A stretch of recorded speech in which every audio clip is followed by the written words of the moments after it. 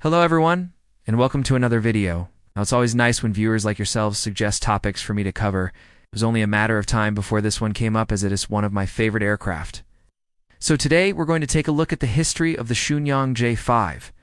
For those of you who don't know, I'm a U.S. Army combat veteran. I served multiple tours in Iraq and Afghanistan, and now I do my best to stay combat relevant by playing a lot of combat flight simulators. My favorite is a game called DCS World, but I also dabble in other sims like War Thunder and, of course, Microsoft Flight Simulator. And now, without further ado, let's get into the video. As many of you know, I'm a big fan of the F-86 Sabre, and as such, I spent quite a bit of time flying the Sabre in DCS. In fact, if you watch my videos very closely, you might notice that I actually fly the Sabre better than most of the planes I fly. That being said, there is something that irks me about flying the Sabre, and that is the afterburner.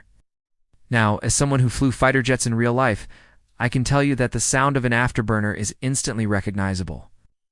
And when I hear the sound of the Sabre's afterburner in DCS, it just doesn't sound right. It sounds more like an F-14 Tomcat afterburner to me. Now, I did some digging, and it turns out that the problem was with the module itself, but rather the sound driver used by the simulator. Now that might seem like a trivial thing to talk about, but this really goes to show how much attention to detail goes into things like this. And this is what makes the DCS World experience so special. So as great as the A-10 and F-15 modules are, they tend to draw all the attention because they have a bigger fan base. But as far as pure flying fun, nothing beats the F-86. That being said, there have been times where I wish I had something else in my arsenal, something a little faster and a little more nimble. Enter the Shenyang J-5. The story of the Shenyang J-5 is a fascinating one, because it essentially represents the entire history of aviation in China. You see, the J-5 was China's first domestically designed and built jet fighter, and as such marked a major milestone for the fledgling Chinese aviation industry. Development of the J-5 began in 1952 with the issuance of a directive from the Chinese government. At the time, the Chinese were in the midst of a massive industrialization campaign, driven largely by the Soviet Union. The goal was to rapidly develop an indigenous jet fighter that could compete with the Soviet MiG-17. Initially, the Chinese considered purchasing a license to build the Soviet Lavokin La-15, but ultimately decided to go another route. What followed was a frantic 4-year development process that resulted in the first prototype taking flight on August 26, 1956. From the outset, the J-5 was a bold departure from Soviet designs. It featured a swept wing and tail design that was more advanced than anything the Chinese had built before, and it was powered by a single turbojet engine that was sourced from the Soviet Union, despite its advanced design. The J-5 was plagued with problems during its early testing. These problems were eventually sorted out, and on March 1, 1957, the J-5 entered mass production. One of the most interesting aspects of the J-5 is its armament. Unlike the MiG-15, which featured a cannon as its primary weapon, the J-5 was equipped with 4 machine guns. This was in line with the Chinese military doctrine at the time, which emphasized the use of high rates of fire against enemy aircraft. Over the next few years, several variants of the J-5 were developed, including a 2-seat trainer version and a ground attack version. In total, nearly 2,000 J-5 South were built, making it one of the most widely produced Chinese military aircraft to date. The J-5 first saw combat in 1962 during the Sino-Indian War. Chinese pilots were impressed with the plane's performance, and it proved to be a capable fighter. Despite its small size, the J-5 was able to hold its own against Indian MiG-19s. In fact, one Chinese pilot claimed a MiG-19 kill during the war, and this despite being outnumbered 3-1.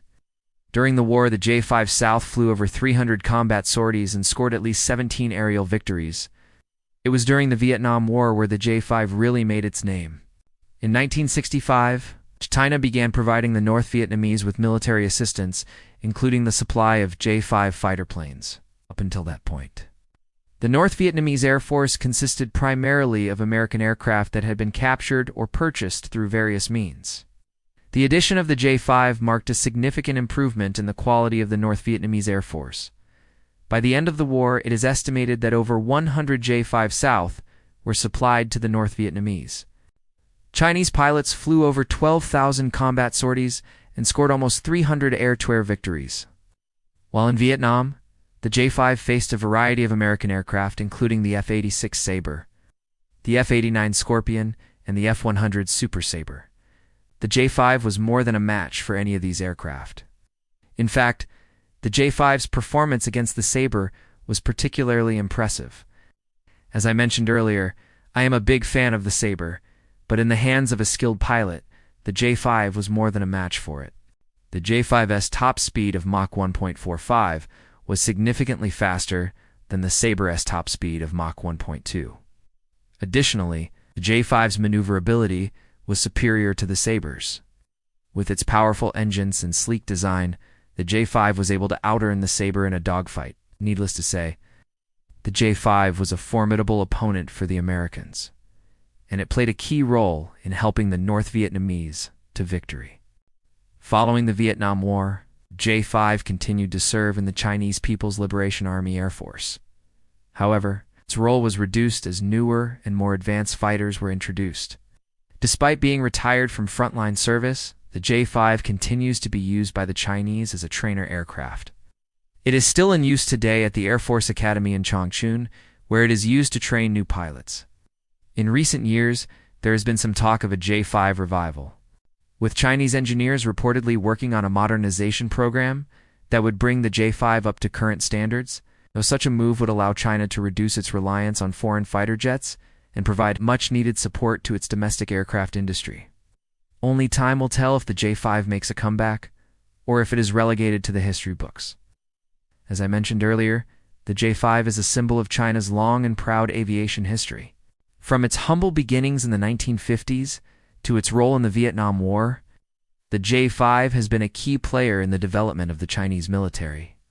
If you want to learn more about the J-5, I highly recommend checking out a book called The J-5 Story by Bill Rose. It is an excellent resource that provides a detailed history of the plane and its role in the Vietnam War. I'll leave a link to the book in the description below. That concludes our look at the history of the Shenyang J-5. If you enjoyed the video, please hit the like button. And if you haven't already, please consider subscribing. I'd appreciate it. Thanks again for watching, and I'll see you in the next video.